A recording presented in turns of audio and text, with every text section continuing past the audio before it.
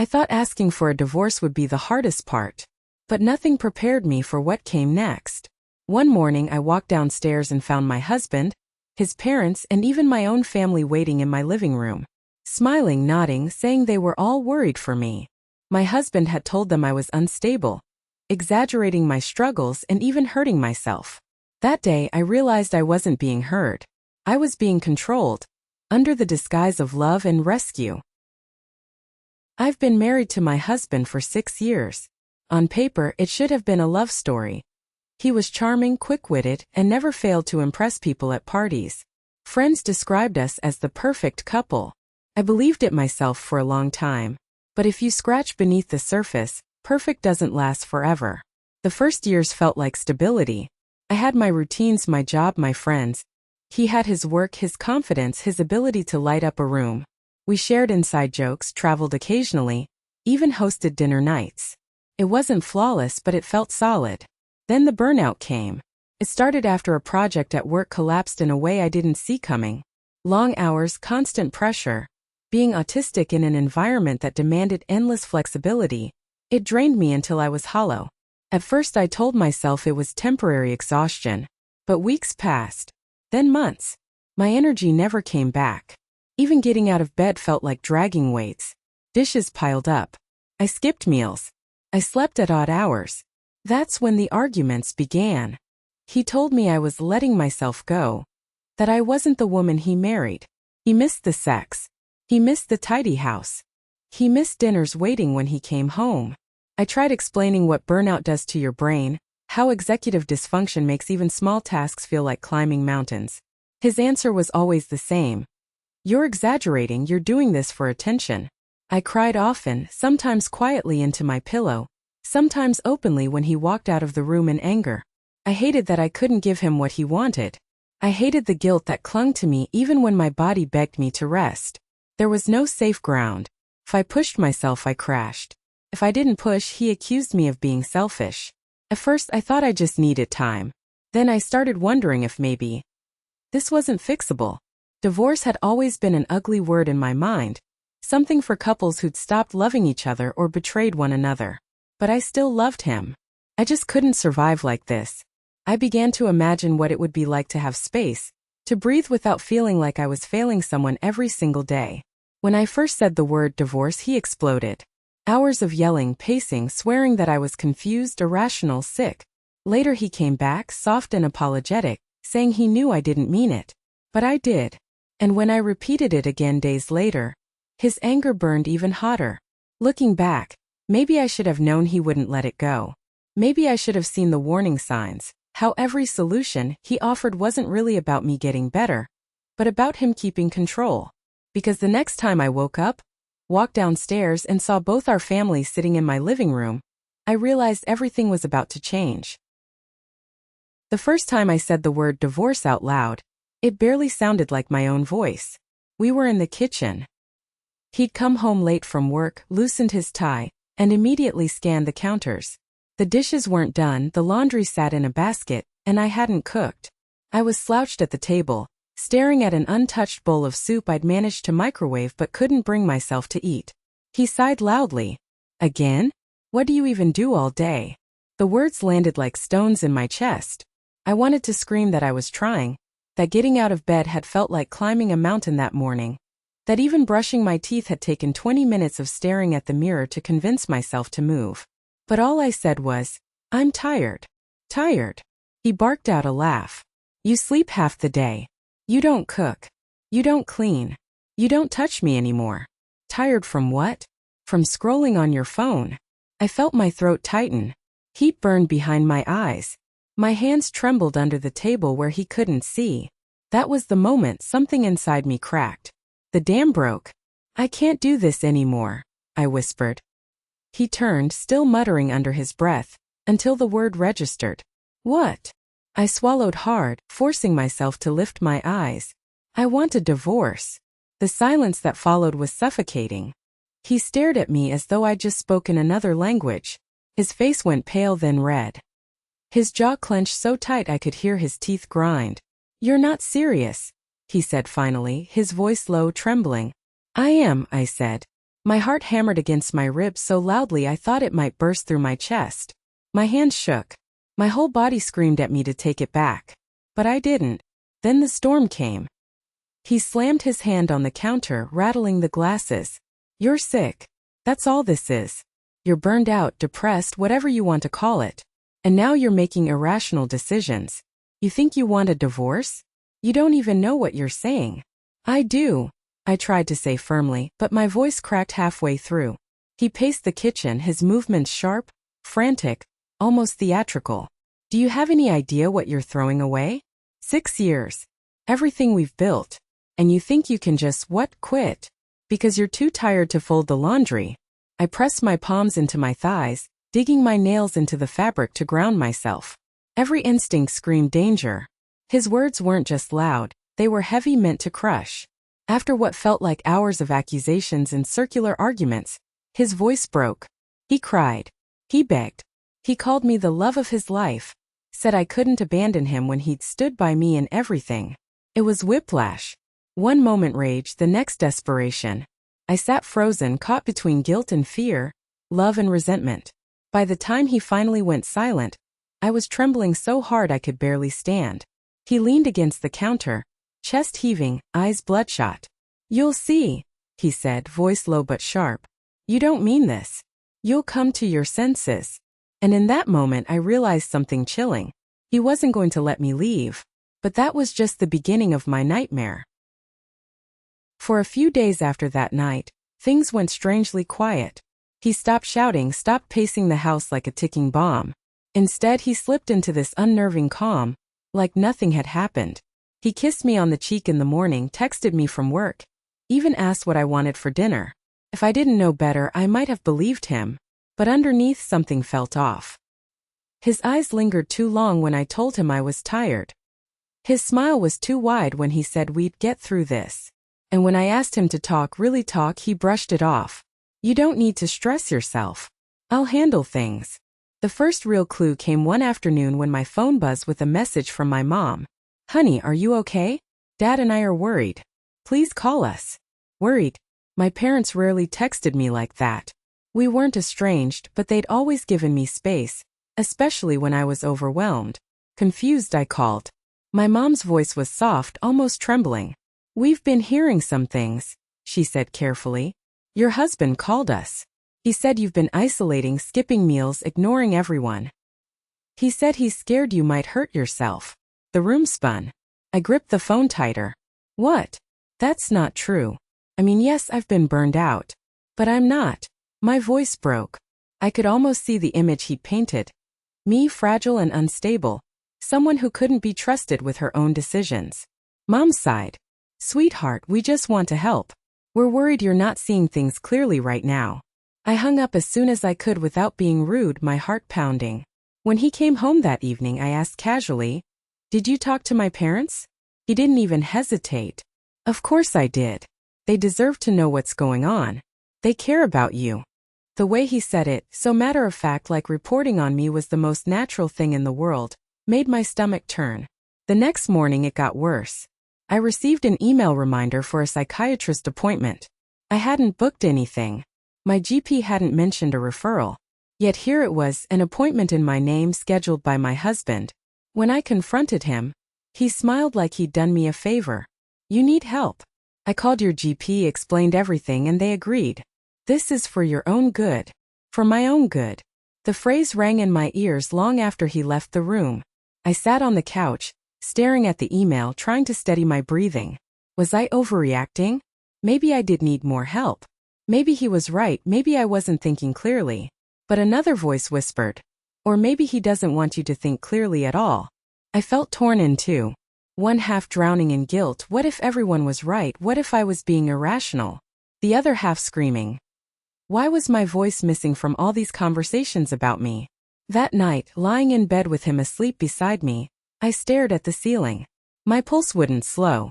Something was happening behind my back. Something I couldn't quite name yet. And then 2 weeks later I walked downstairs and realized exactly what it was. The morning it happened felt almost ordinary at first. I woke late, the sunlight pressing stubbornly through the curtains. My body ached with that heavy exhaustion that never really left, but I forced myself out of bed. Maybe I'd make tea. Maybe I'd even manage a shower. I padded downstairs, trying not to think about the unease that had been living in my stomach for weeks. But as soon as I stepped into the living room, I froze. They were all there. My husband, his parents, my parents, sitting together like they'd been waiting for me, like I'd been summoned to my own trial. For a split second, I thought maybe I was dreaming. Then my husband stood up with that same polished smile he used on colleagues, the one that said, "Don't worry, I'm in control." "There she is," he said softly, as if introducing me to my own family. I felt my knees weaken. What is this?" My voice barely came out. My mother spoke first. "Sweetheart, we're worried about you. You don't call, you don't visit. We never hear from you anymore. Your husband told us you've been struggling badly." My father nodded gravely. "He said you're not eating, that you've isolated yourself, that he's scared you might harm yourself." The words hit like punches. I spun to look at my husband. He just kept nodding solemnly, playing the concerned partner. I shook my head, tears already burning my eyes. "That's not true. I mean, yes, I'm burned out, I'm tired. But I'm not." My voice broke before I could finish. His mother leaned forward, her hands folded neatly in her lap. "It's nothing to be ashamed of. We all need help sometimes. That's why we're here. To support you." Support. The word twisted inside me like a knife. Because I didn't feel supported. I felt trapped, ambushed, stripped of my right to speak. My husband reached for my hand. "See? Everyone just wants what's best for you. This is love. We want you to get better." But I didn't feel loved. I felt exposed, humiliated, cornered in my own home. Every pair of eyes on me, evaluating, pitying. The tears spilled over, hot and uncontrollable, and still they looked at me like I was the fragile doll he'd painted me to be. I wanted to scream that I was still capable of making choices, that asking for a divorce wasn't a symptom but a decision. But surrounded by their worried stares, my words shriveled before they could form. The intervention lasted nearly an hour. They spoke gently, firmly, endlessly, telling me I was tired, I was confused, I was loved, I was not myself.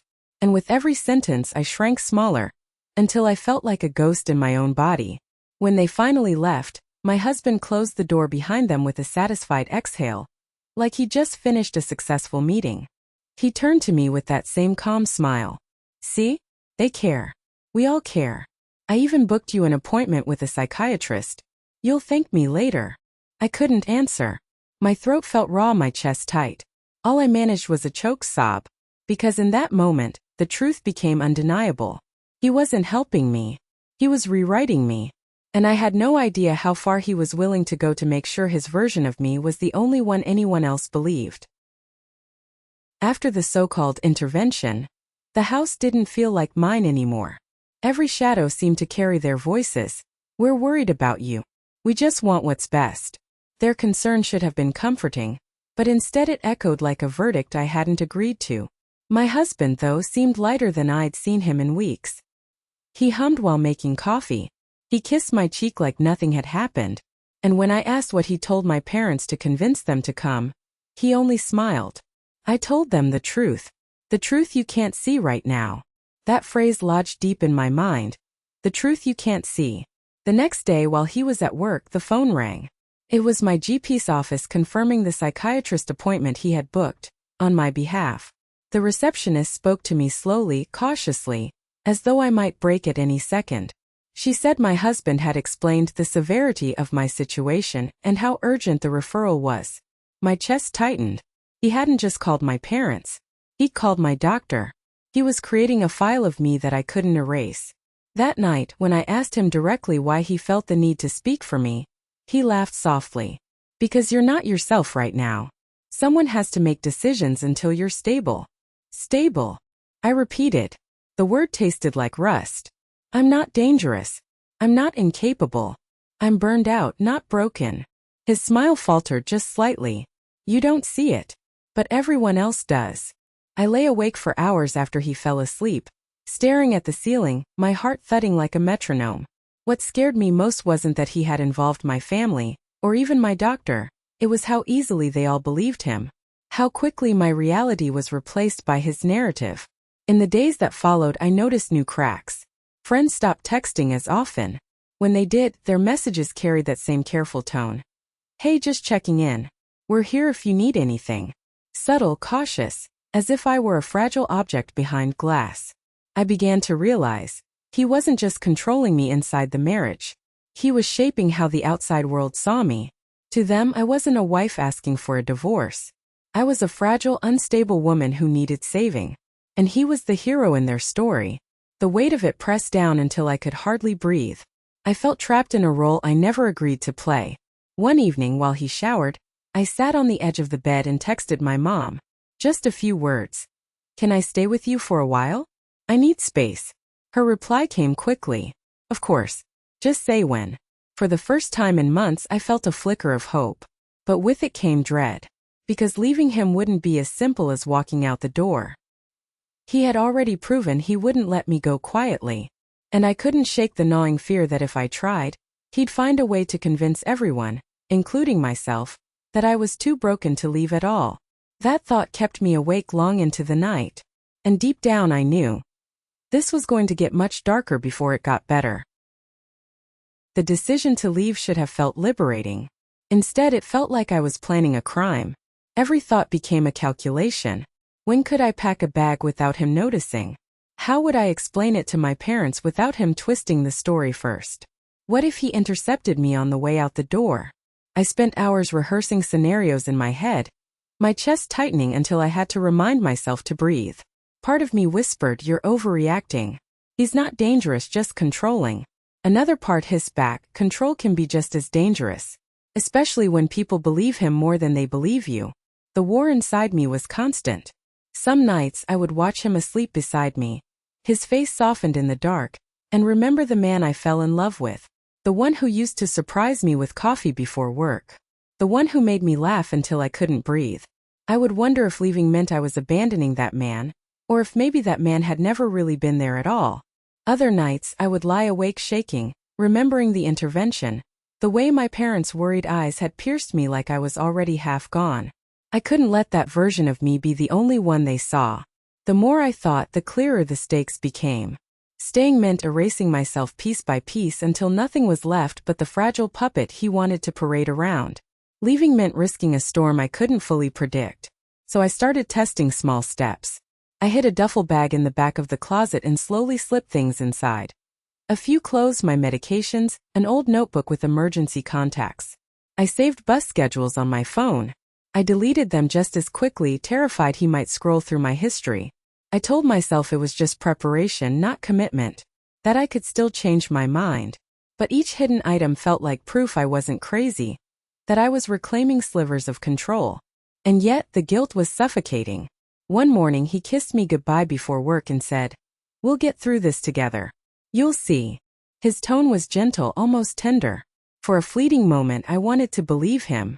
I wanted to drop the bag, cancel the plan, sink back into the safety of denial. But then I remembered the look in his eyes during the intervention. Not love, not fear, but triumph. The look of a man who believed he'd won, who believed my voice no longer mattered. That memory kept me moving. By the end of that week, I had mapped out 2 possible exits. 1, asking my parents to pick me up quietly while he was at work. 2, simply walking out with nothing and catching a bus myself. Neither option felt safe, but staying felt like slow suffocation. Still, doubt clung to me. What if I was making everything bigger than it was? What if burnout had warped my perspective? What if he was right, that I was too unstable to know what I wanted? The questions circled endlessly, gnawing at my resolve. Until one night, when I heard something through the crack of the bedroom door that made my blood run cold. And in that moment I knew I couldn't afford to hesitate anymore. The night I finally acted, it wasn't some dramatic escape. It was quiet, almost anticlimactic. I'd overheard him earlier, talking on the phone in the hallway. His voice was low, controlled, but sharp enough to slice through the silence. "She doesn't know what she wants. She's irrational. But don't worry, I've got it handled. She won't do anything stupid." That was it, the confirmation I needed. He wasn't just spinning a story, he was building a cage around me, bar by bar, until everyone else saw me the way he wanted. So I picked my moment. The next morning he left for work, humming like everything was normal. I waited until his car pulled out of the driveway, then grabbed the duffel bag I'd been hiding in the closet. My hand shook so hard I almost dropped it. I could barely breathe as I shoved my phone charger and wallet into the side pocket. My plan was simple. Call my mom, ask her to pick me up and leave before he came home. Just a clean break, no confrontation. I dialed her number. She answered on the second ring. "Mom, can you?" My voice cracked. "Can you come get me? Today. Please." She hesitated. "Honey, are you sure this is what you want? He told us you've been confused lately. Maybe." "Mom, please." The tears spilled before I could stop them. "I can't stay here. I just need space. Please don't tell him." Silence. Then finally, "Okay. I'll be there in an hour." Relief crashed through me so hard I had to sit down. For the first time in months, I let myself believe it might actually be over. I could breathe. I could imagine a version of life where I wasn't constantly walking on eggshells. I stuffed the last few things into the bag and waited by the window, counting the minutes. Every sound outside made my chest seize, but each tick of the clock felt like freedom drawing closer. When my mom's car finally pulled up, I ran to the door with my bag slung over my shoulder. She got out, eyes wide, lips pressed into a thin line. She looked at me the way she used to when I was a child about to cry, half worried, half ready to fix it all. I slid into the passenger seat, heart pounding. She gripped my hand. "We'll figure this out," she whispered. For a brief, shining moment I believed her. But the illusion shattered the second we pulled into her driveway. Because waiting on the porch, arms crossed, jaw tight, was my husband. My stomach dropped through the floor. My mother's grip on my hand tightened, but her face betrayed her. She wasn't surprised. She'd called him. He walked toward the car slowly, deliberately, his expression a mask of calm authority. "Come inside," he said firmly, as if speaking to a child. "We need to talk." I froze. My pulse thundered in my ears. My mother glanced at me, torn between loyalty to me and the story he'd already spun. In that moment I realized I hadn't escaped at all. I just walked straight into another trap. I don't remember walking into my parents' living room that day. My body moved, but my mind was somewhere else, buzzing with the realization that my mother had betrayed me, calling him the second I reached out. He sat across from me, perfectly composed, like a lawyer preparing his closing argument. My parents hovered nearby, looking anxious but strangely aligned with him, as though they'd been rehearsed. "Listen," he began, his tone calm but sharp. "I know you're upset. I know things feel heavy right now. But this," he gestured to the duffel bag at my feet, "this isn't the answer." I tried to speak. My throat burned. "It is the answer. I can't live like this anymore." My father shook his head slowly, like I was a stubborn child refusing to eat vegetables. "Your husband told us you've been struggling more than you admit. Running away isn't going to fix what's going on inside you." The words gutted me. They didn't see me, they saw his version of me. Fragile, irrational, broken. He leaned forward, lowering his voice into that careful, measured register that made him sound like the only reasonable person in the room. "You don't need to make big decisions while you're unwell. Divorce? That's not something you decide when you're burned out. That's why I called your doctor. That's why we set up those appointments. You need stability, treatment. And then when you're better, we can talk about what you really want." I felt my chest tighten, panic clawing its way up my throat. "I am telling you what I want. Right now. Why doesn't anyone hear me?" The silence that followed was suffocating. My mother reached for my hand but avoided my eyes. My father frowned, disappointment radiating from him like heat. And him, my husband, he only smiled. A small victorious curve of his lips. That was when it hit me. This wasn't a conversation. It was a performance. And I was the only one who hadn't read the script. He kept talking, words flowing like polished glass. About commitment, about vows, about how he'd stood by me through everything. He painted himself as the hero holding together a crumbling story, while I was cast as the confused, unstable wife. Every sentence tightened the noose. At one point my father turned to me and said, "We think it's best if you stay home with him for now. You need someone watching over you." I almost laughed, bitter, hollow laughter. Watching over me? He wasn't watching over me. He was rewriting me. And they couldn't see it. Or maybe they didn't want to. I stared at the duffel bag by my feet. My escape plan exposed, defeated. My chance at freedom crumbled before my eyes. Something inside me cracked. My voice came out shaky but sharp. If none of you can hear me now, then one day you will. I won't be silent forever. For a moment even he blinked, caught off guard. But then his composure returned, calm and smug. We'll see, he said simply. The conversation ended without resolution. Just exhaustion. I went back with him that night, the duffel bag unpacked, my hopes stripped raw. But lying awake in the dark, one thought echoed louder than all the others. If I didn't find a way to reclaim my voice, I was going to disappear. I stopped speaking for a few days after that. Not in some dramatic protest, but because I couldn't find the words. Every time I opened my mouth, I heard his version of me echo back. The weak one. The confused one. The one who needed saving from herself. So I said nothing. I moved through the house like a shadow, cooking quietly, folding laundry with slow precision, smiling when spoken to. And the worst part? He seemed pleased. Like I was finally getting better. I stared at my reflection for hours some mornings, trying to find the woman I used to be. The one who cracked dry jokes at awkward parties. The one who took solo weekend trips just because she wanted to. The one who danced barefoot in the kitchen at midnight. She was gone. Instead, there was this version of me, small, careful, quiet. I started skipping meals. Not intentionally, but because I couldn't feel hunger anymore. Couldn't feel much of anything. Just a dull thrum of numbness under my skin. Even the walls began to feel closer. I'd sit in the living room and imagine the windows slowly shrinking, the door disappearing. One evening I overheard him on another phone call. This time with someone I didn't recognize.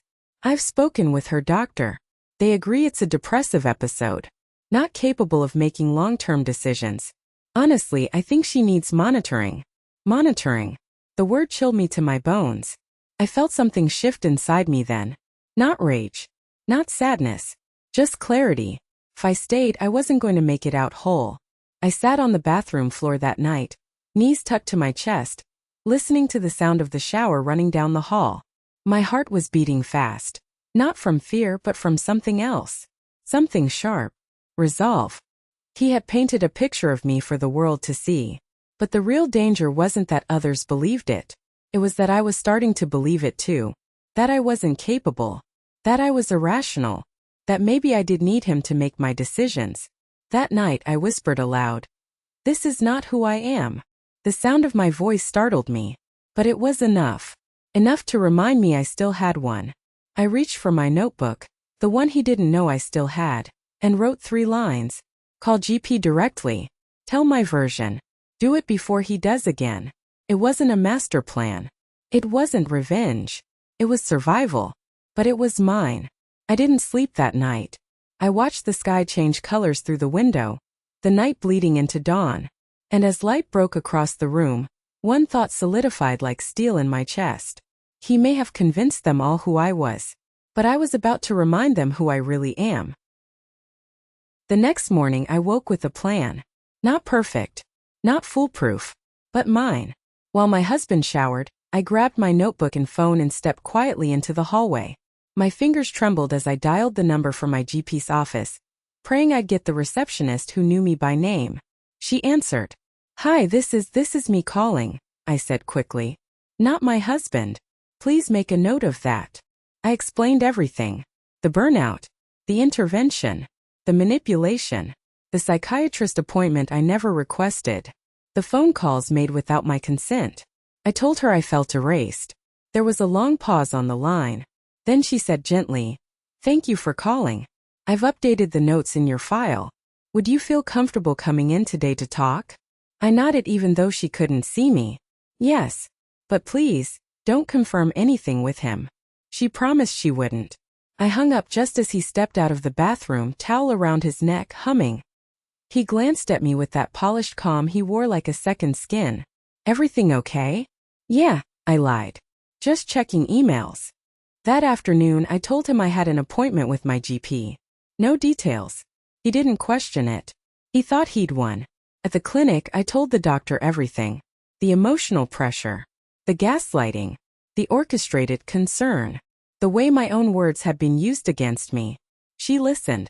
She didn't interrupt. When I finished, her expression was firm. You are capable of making your own choices. What you've described is coercive control. And it's not okay. Hearing that word, coercive, made my hands shake. Not because it shocked me, but because someone finally named it. She helped me write a formal note into my record, revoking all third-party permissions. No more updates to him. No more appointments behind my back. From there, the rest came quickly. I went home packed again, but smarter this time. I deleted call logs. I turned off location sharing. I sent one last message to my parents. Please don't call him. I'm safe. But I'm leaving for real this time. Then I left. I didn't look back. I stayed with a college friend 2 towns away. She didn't ask questions, just handed me a blanket and made tea. I finally exhaled. That night my phone blew up, calls from him, then my parents, then him again. Voicemails oscillating between rage and pleading. But I didn't answer. Instead, I sent a single text to my parents. This is not about who you believe. It's about believing I have the right to choose. I'm not sick. I'm not irrational. I'm just done. The silence that followed wasn't empty. It was peace. A week later, I met with a lawyer. She said the pattern I described wasn't uncommon, and that many women stayed much longer. I told her I almost had. Filing for divorce didn't feel like breaking something. It felt like building something. Something mine. For the first time in months, I could hear my own thoughts without interruption. I slept through the night. I smiled at nothing. He still sends emails sometimes. I forgive you, he wrote in one. We could start over. But I don't need forgiveness. I need distance. And I finally have it. It's been 3 months since I left. 3 months of silence, of quiet mornings and slow healing. I moved into a small apartment near the edge of town. Nothing fancy. Just mine. The walls are plain but peaceful. No voices arguing in the next room. No curated interventions waiting in the living room. Some days I still doubt myself. I wake up with a start, convinced I've forgotten something, that I'll walk into the kitchen and he'll be there, sipping coffee like nothing ever happened. But the moment always passes. I breathe. I move. I exist on my own terms. I've restarted therapy with someone I chose this time. We don't talk about him every session. Sometimes we talk about burnout. Sometimes we talk about boundaries. Sometimes we just sit in silence until I feel like speaking. I told my parents the full story 2 weeks after I left. I showed them the call logs, the hidden appointment emails, the phrases he used behind closed doors. My mother cried. My father looked at the floor and said, "We failed you. We saw the actor, not the scene. We're not fully repaired, but we're rebuilding. And this time I get to draw the blueprint." I've reconnected with a few friends I lost during the fog. Some apologized. Others just picked up where we left off. The ones who stayed silent, I let them go without anger. Some people only know how to stay when you're small. As for him, he filed a formal complaint through my family, saying I abandoned the marriage. I didn't respond. Let him explain that to a judge. The legal process is slow but steady, and with every signature I feel a piece of me come back. I've started painting again, badly but joyfully.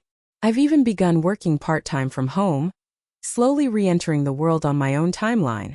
But the most powerful moment came last week, when I passed a mirror and without thinking said out loud, "There she is." Not the broken wife. Not the project. Not the liability. Just me. And for the first time in a very long time, that was enough. If you've ever felt like your voice was being rewritten, if you've ever had someone love you with control instead of care, then I hope this story reminded you. You're not crazy for wanting freedom. Gaslighting isn't always loud. Sometimes it's soft smiles, group interventions, or doctor's orders made without your consent. Sometimes it's being told you're too fragile to know what you want. But here's the truth. If your reality feels like a cage, you're allowed to escape it, even if no one claps when you do. I told this story because I know someone out there is where I was. Confused, exhausted, doubting their own instincts. If that's you, keep listening to that small voice inside. Still yours. And it's still right. If this story moved you, share it with someone who needs to hear it. Drop a comment below if you've ever had to rebuild yourself from someone else's version of you. And if you want more stories like this, real, raw, and unfiltered, subscribe to the channel. because your story matters. And we're here to listen.